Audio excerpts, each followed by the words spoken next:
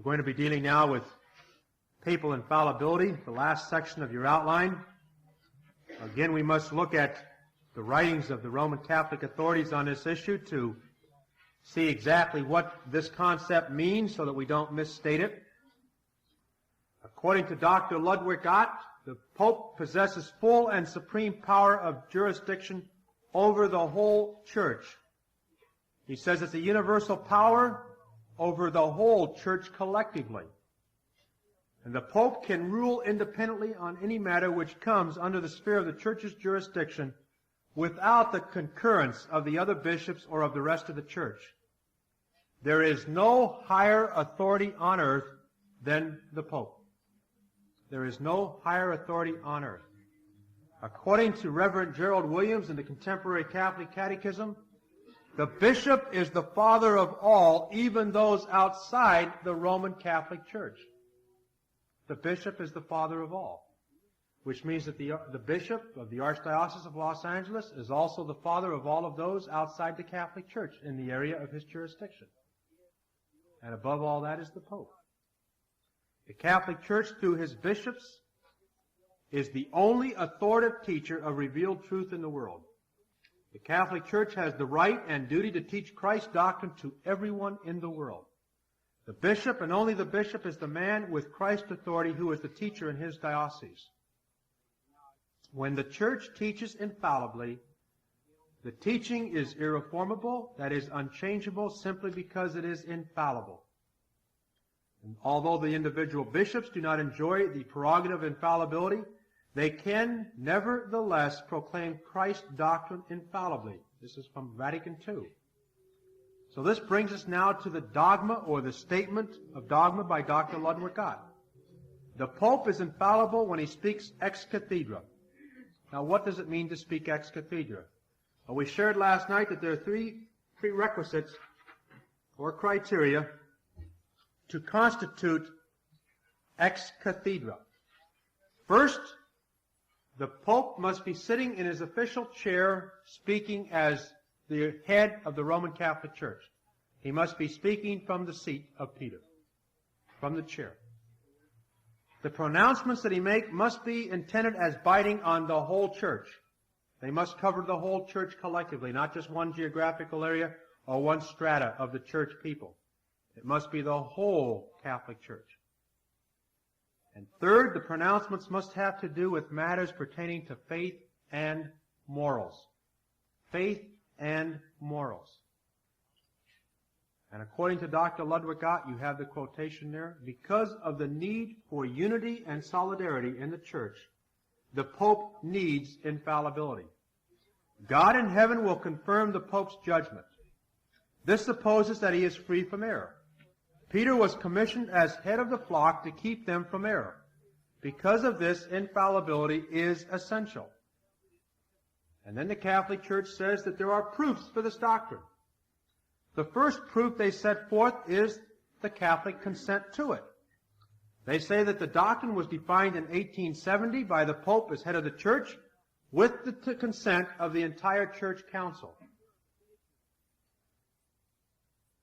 So they say that no further proof is necessary because the Church gave its consent, therefore the Pope is infallible.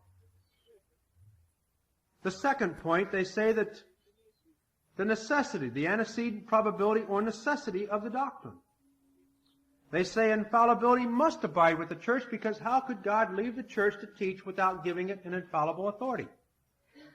So what they're saying is that by our decision of necessity, therefore it must be. Since it has to be, we conclude that it must be. They go on to say that it would follow that God has bound men on the pain of damnation to believe what is false if indeed infallibility does not exist. And since God would never do that, God therefore had to have given the Church infallibility. He goes on to say he could not allow the Church principal member to lead others astray in the name of Christ. And if he didn't have infallibility, then he could possibly do that. And since God would never let that happen, therefore God gave to the Pope infallibility. Good reasoning. Faulty premises, but good reasoning. And they conclude that the key concept, the key foundation for this need is this. The absolute need of a spiritual supremacy is at present the strongest of arguments in favor of the fact of its supply. If Christianity is both social and dogmatic, and intended for all ages, it must, humanly speaking, have an infallible expounder. That's their conclusion. They say the need is the strongest argument for it. The need is that the church must have an infallible expounder. Since the church deems that it needs it, therefore God must have done it. Therefore Peter must have this power of infallibility. They say that the Scripture supports this. It's interesting, though, when you look at the verses that they use to support it, it's the same verses that they use to support the primacy of Peter. We've already seen that those verses don't fit. They don't teach the primacy of Peter, so they're not, in any stretch of the imagination, applicable to papal infallibility. They list the same verses, Matthew 16, John 21, Luke 22. Well, if those verses didn't teach what they said it taught as far as apostolic succession, they certainly aren't going to support papal infallibility. But then they say as a fourth point, tradition also supports this. Tradition supports it. They say the whole tradition of the church from the beginning accords with the doctrine. They say that the testimony of St. Irenaeus to the preeminence and authority of the Church of Rome is there. They say that the letter of Pope Julius I to the Eusebian bishops at Antioch supports it. They say that Peter has spoken by Leo at the Council of Chalcedonia in AD 451. And so they say that the union decree of the Council of Florence in 1439 also supports papal infallibility. So they say church tradition supports it. And they say what the church now defines explicitly was always the faith of the church implicitly. It is not by criticism on past history, but by acts of faith in the living voice of the church at the present day that we can know the true tradition and faith. In other words, we can have assurance for this teaching by having faith in the Church of Rome. And since if our faith in the Church of Rome is strong enough, since the Church of Rome teaches papal infallibility, the two somehow will merge together and we'll have confidence that it's valid. Now, let me ask you this. Infallibility is only attached to statements spoken ex cathedra. What statements then have been spoken ex cathedra? Because if those are infallible, if those are the very words of God, if they're direct revelation from God, what are they? We need to know. The people of the Church of Rome need to know what they are so that they can grab a hold of them as absolute. Well, according to Bishop Fessler, a Roman Catholic theologian and a historian, says that there is no unanimous agreement among the Church of Rome as to which statements are infallibly spoken. Now that's interesting. Even the Roman theologians don't know which ones have been spoken ex cathedra. And yet, if you have to believe them and your eternal destiny is dependent upon them, why don't we know what they are? In fact, Bishop Fessler says that there's only a few instances of papal infallibility.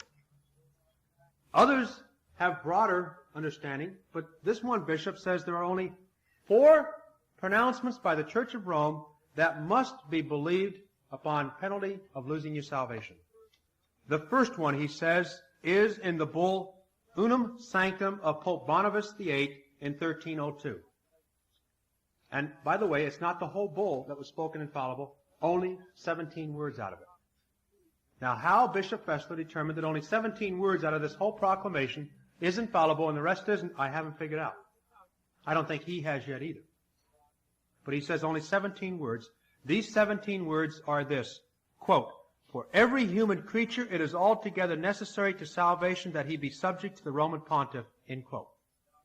That is infallibly spoken and must be believed by all, under pain of eternal damnation. The second dogma that he says was spoken ex cathedra is the Immaculate Conception of the Blessed Virgin by Pope Pius IX in 1854. That must be believed by all. Of course, the question that I ask is, what about those who didn't believe it before then? How do they account for the fact that they didn't know it because it hadn't even been taught before then? The third one is the decree of Pope Pius IX in 1870, which is when he declared himself infallible. The fourth one is the most modern doctrine or dogma of the Catholic Church, which is the bodily assumption, the corporal assumption of the Blessed Virgin into heaven.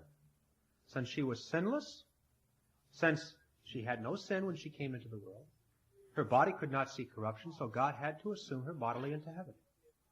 Those four statements, the one about absolute necessity to be in communion with the See of Rome, the Assumption of Mary, the Immaculate Conception, and this one about infallibility, those four have to be believed or you can't get to heaven. They are absolute, according to Bishop Preston. Now, there are other theologians within the Catholic Church that would say there are more than just those four. Now, by the way, they all accept at least those four as absolute. That is a fact. They all accept those four. They have to accept those four. But there are others who would go further. Some would take the statements of Pope Clement IX in his bull Unigenitus, and they would say that must be also included. And there are others, such as the tome of Leo the Great, the syllabus of Pope Pius IX, the bull Apostolicae Curae of Pope Leo XIII, the syllabus of Pope Pius X, and some other statements also. They would say these were also spoken infallibly. But we can say pretty much for sure that at least those four that I've given are universally held by all Roman Catholic theologians. But then we come to the question, really, what must be believed and how must it be believed? I mean, if only those four are absolutely essential for salvation to be believed as infallibly spoken, what else must be believed? Well, according to their own statement, true Christians, according to them, must believe every infallible statement or papal definition with a firm interior assent of faith, with the same faith as they believe in the incarnation of the Lord. You must believe in the Assumption of Mary into heaven with the same faith that you believe in the deity of Christ. You must believe it as the same as the incarnation of Christ, of God becoming man.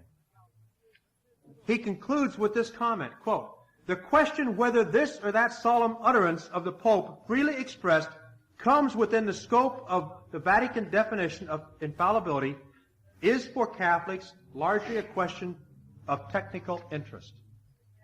In other words, it doesn't really matter because they're supposed to believe all of it anyway, whether it's spoken infallibly or whether it's just general teaching by the Pope.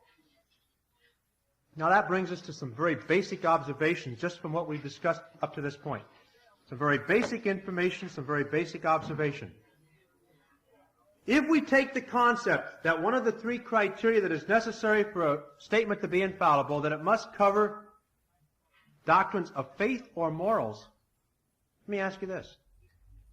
What comes under faith and morals? That's practically anything, anything at all. Religious, social, civil, anything can be said to be of faith and morals. That's very ambiguous. Very, very ambiguous. And so that's a very general statement, can cover anything. The second observation, we've seen that the Pope is not infallible as a man, but he's only infallible in his office. That means that the Pope can do anything and say anything and be in any kind of error and still be infallible when he's speaking from the chair of Peter. It's not his person, it's his office that is infallible when he speaks ex cathedra. Has no basis upon his morals, his own personal morals. Now, it's interesting to note that no statement ever stated by a pope ever carries with it the ex cathedra markings. No pope, even when these four statements that we talked about were made, the pope did not say at the beginning and end, this is spoken ex cathedra. You know why? I believe because if he feels later on that he made an error, he doesn't want to have to change it and say he was wrong.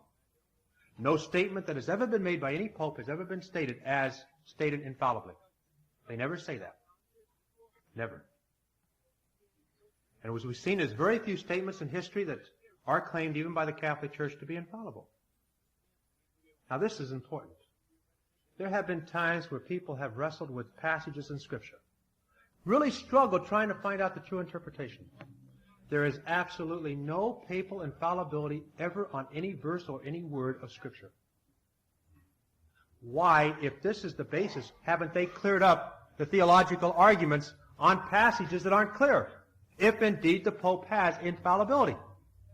Why hasn't he said this passage here is exactly this? Infallible, that closes it.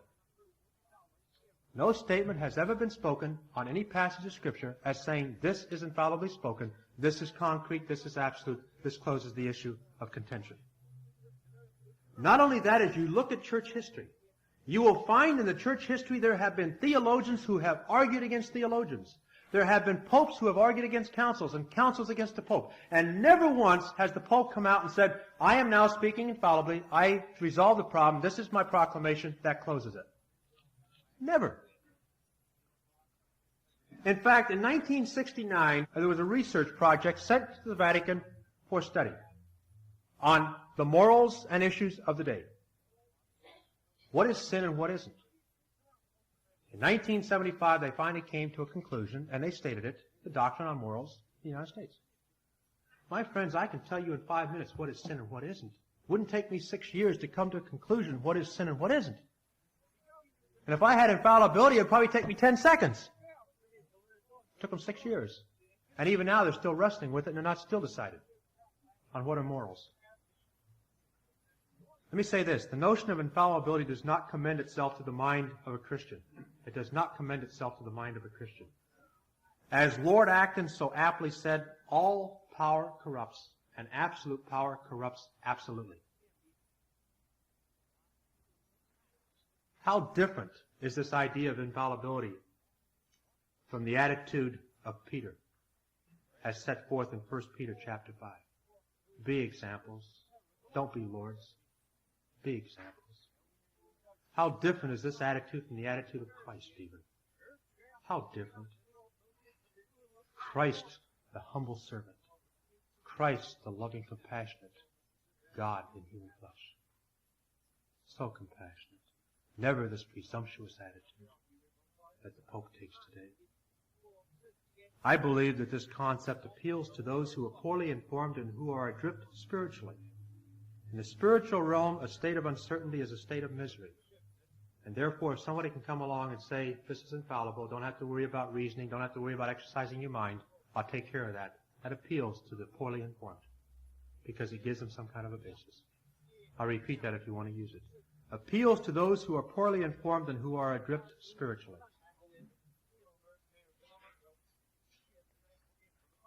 Now let's look at the Council of Vatican I, held in 1870, at which time this dogma was proclaimed as absolutely binding upon all people.